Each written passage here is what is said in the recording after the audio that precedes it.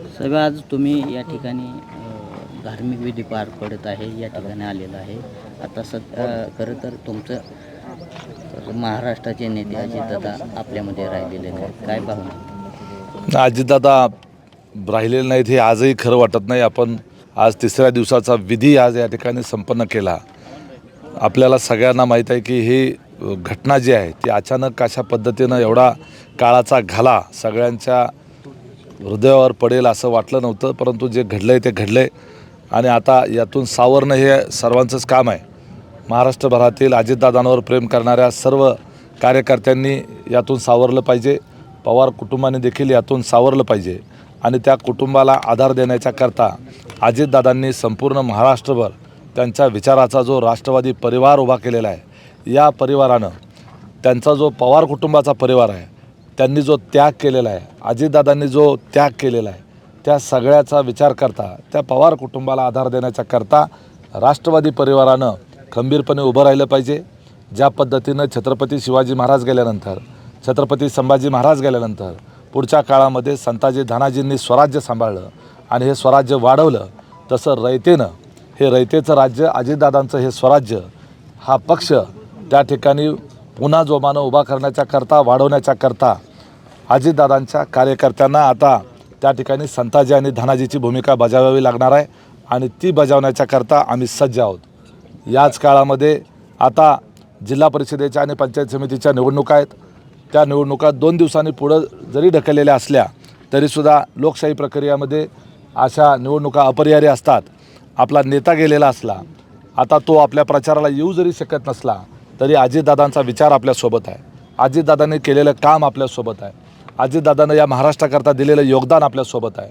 अजितदादा हा काम करणारा नेता म्हणून सगळ्या महाराष्ट्राला माहीत होता. सातत्यानं सकाळी उठल्यापासून ते झोपेपर्यंत सातत्यानं काम करणारा नेता, शेवटच्या क्षणापर्यंत तो कामच करत होता आणि काम करतच गेला. त्या अजितदादांना आज आपण या श्रद्धांजली म्हणून त्या ठिकाणी आपण अजितदादांना अर्पण करू शकतो. आपण अजितदादांचं हे सगळं सातत्यानं काम करणं आणि विकासाच्या करता म्हणून या महाराष्ट्राला उभारण्याच्या करता सातत्यानं मेहनत करणं, ती जो अजितदादांचा दृष्टिकोन होता, तो दृष्टिकोन मनामध्ये ठेवून आपल्या सर्व या निवडणुकीला राष्ट्रवादीच्या वतीनं उभ्या असलेल्या उमेदवारांनी त्या ठिकाणी मतदारांकडं मताचा कौल मागावा. फक्त या निवडणुकीमध्ये आपल्या सर्वच कार्यकर्त्यांनी, त्याचबरोबर निवडणुकीला उभ्या असलेल्या उमेदवारांनी प्रचारामध्ये एक संयतपणा ठेवावा. आपण शोकाकुल वातावरणामध्ये आहोत, सर्व जनता शोकाकुल आहे, महाराष्ट्र हा शोकसागरात आहे.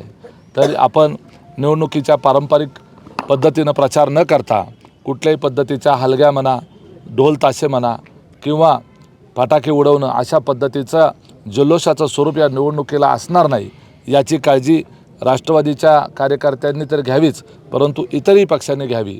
आपला महाराष्ट्र हा सुसंस्कृत आहे. महाराष्ट्र हा मोठ्या नेत्यांच्या निधनाच्या पार्श्वभूमीवर शोकाकुल असताना आपण निवडणुकांसारखा उत्सवाचं स्वरूप साजरं करून त्या ठिकाणी त्या नेत्यांच्या मृत्यूला कुठलं गालबोट लागणार नाही, अशा पद्धतीची काळजी आपण सर्वांनीच घेतली पाहिजे, असं माझं स्पष्ट मत आहे. सर, हे पक्षाच्या वतीनं ठरलं गेलेलं आहे की तुम्ही कार्यकर्त्यांना आव्हान करताय? कारण बातमी अशी मिळते की कुठल्याही पद्धतीचे प्रचार होणार नाही. मी स्वतः राष्ट्रवादी काँग्रेस पार्टीचा सोलापूरचा जिल्हाध्यक्ष आहे. त्याचबरोबर मी त्या निवडणुकीमधला एक उमेदवारही आहे आणि आमच्या नेतृत्वामध्ये त्या ठिकाणी निवडणुका लढल्या जात आहेत आणि निवडणुका लढत असताना खाली कार्यकर्त्यांना एखादा मेसेज देणं, त्यांना त्या पद्धतीचं मार्गदर्शन करणं ही प्रमुखांची जबाबदारी असते.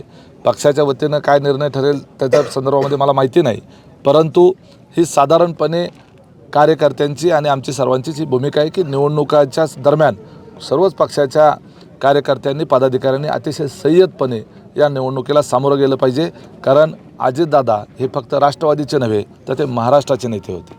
खरं तर नेतृत्वाचा प्रश्न निर्माण झालेला आहे. काल नरहरी झिरवाळ म्हणतात की सुनेत्रा पवारांनी पक्षाचं नेतृत्व करावं, कसं बघता या सगळ्याकडे उमेश पाटलांना काय वाटतं? हा खरं तर पार्टीच्या अंतर्गत वरिष्ठ नेत्यांनी चर्चा करून घ्यायचा निर्णय आहे. पवार कुटुंबामधल्या परिवारातल्या सदस्यांनी त्या संदर्भामध्ये चर्चा करून घ्यायचा निर्णय आहे.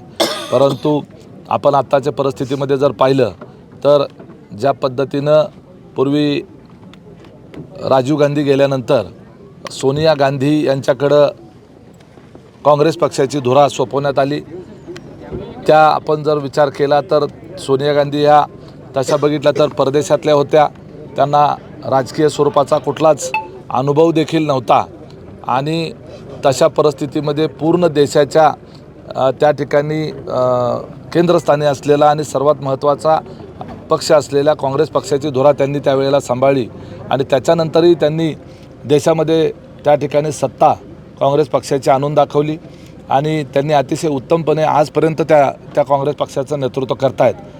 तसं पाहिलं तर सुनेत्रा वहिनींना प्रशासनाचा दांडगा अनुभव आहे. आपण पाहतोय ज्या ठिकाणी आज उभा आहोत त्या विद्याप्रतिष्ठानचा कारभार सुनेत्रा वहिनीच पाहतात.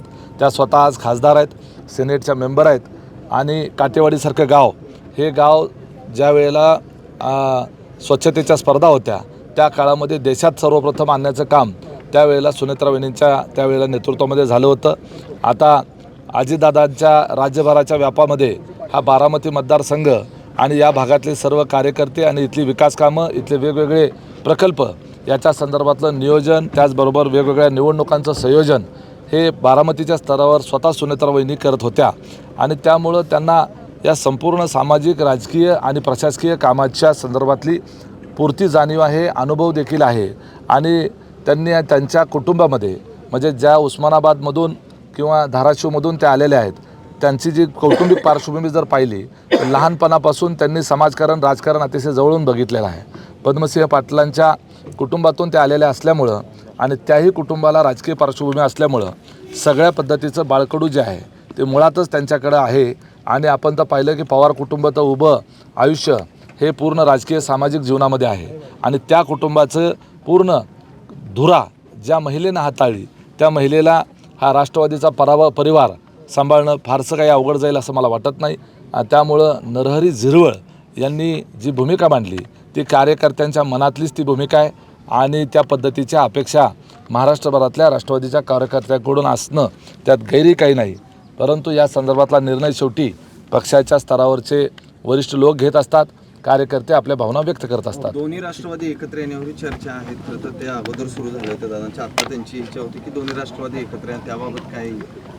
माझं या महिन्यामध्ये अनेक वेळेला अजितदादांशी चर्चा झाली. मला वाटतं परवा ज्यावेळेला दादांचा विमान अपघात झाला त्याच्या आदल्या दिवशी देखील माझं आणि दादांचं फोनवर बोलणं झालं होतं. नंतर AB फॉर्म घ्यायला मी दादांच्याकडे गेलो होतो, तेव्हा दादांची माझी भेट झालेली होती. मध्यंतरी अतिवृष्टीच्या दौऱ्याच्या वेळेला तर मी दादांच्या सोबत हेलिकॉप्टरमध्ये आणि त्याचबरोबर गाडीमध्येही बराच प्रवास केला. परंतु त्यांच्या चर्चेच्या दरम्यान दोन्ही राष्ट्रवादी एकत्रित येण्याच्या संदर्भातला कुठल्याही प्रस्तावाच्या बाबतीत काही चर्चा असल्याचं ते काही मला बोलले नाहीत. मी अनेक वेळेला त्यांना या बाबतीत विचारलं होतं, परंतु तसा कुठलाही प्रस्ताव नसल्याचं ते वारंवार सांगायचे. पण तुमची इच्छा दोन्ही राष्ट्रवादी आता एकत्र झाली पाहिजे सगळ्या दादांच्या.